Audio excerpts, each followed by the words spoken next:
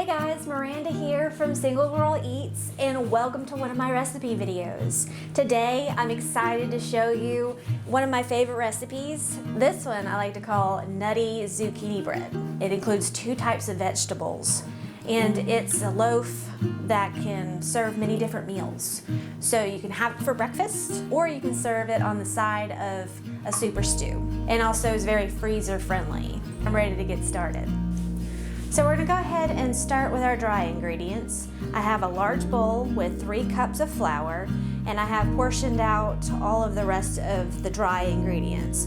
Basically, we're gonna add them in one at a time and whisk thoroughly. 1 teaspoon of salt, a ½ teaspoon of baking soda, 4 teaspoons of baking powder, a ½ cup of brown sugar, a cup of white sugar, 3/4 cup of shredded carrots, and 3/4 cup of walnuts. And go ahead and whisk that around a bit. So that's it for the dry ingredients. It's well mixed. So we're gonna switch out bowls and do the wet ingredients. First, I have about 2 cups of shredded zucchini, 3 eggs, a teaspoon of lemon juice, 4 tablespoons of vegetable oil, and finally 3/4 cup of almond milk. And now we're just going to give it a quick whisk to make sure that it's blended well. So now that that's done, the next step is folding the wet ingredients into the dry. And now I'm going to use a spatula to make a hole in the dry ingredients. And we're going to pour in the wet.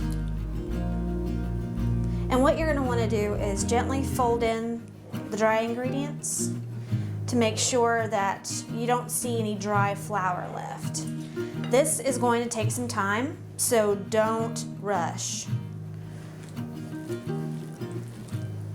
I don't know how many times my arm's gotten tired doing this, but it's going to be worth it in the end. And the consistency you're looking for here is that it is moist and easy to handle. So now we bring out our loaf pan and just give it a quick spray on the sides and the bottom with any cooking spray that you have on hand. And now the fun part. I never really know how to hold a huge bowl and not look real awkward doing it. But however it's comfortable for you to get your ingredients in the loaf pan. Okay, now that we have all of the ingredients in our loaf pan, I like to top it with some sliced almonds. And I just gently press it into the top of our mixture. And this way, when it bakes, the sliced almonds don't just fall off the top of the loaf. And last but not least, I like to drizzle a little bit of honey on top. Gives it that extra flavor. So now we bake at 350 degrees for about 60 to 70 minutes. My oven runs kind of cool, so it takes the full 70 minutes. But at the 60-minute mark, you can check it with the toothpick test. I just take a toothpick, insert it into the middle of the loaf, and if it comes out clean, then it's done.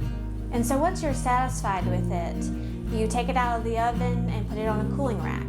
I usually allow it to cool for about an hour before I start slicing it. All right, you know what that sound means. All right, it's done and baked. And all we have left to do is let it cool. Well, to wrap it all up, thank you so much for watching. If you liked this video and would like to see more, just hit that subscribe button. If you happen to try out this recipe, please leave a comment below. I'd like to see how it turned out for you. And as always, go feed yourself.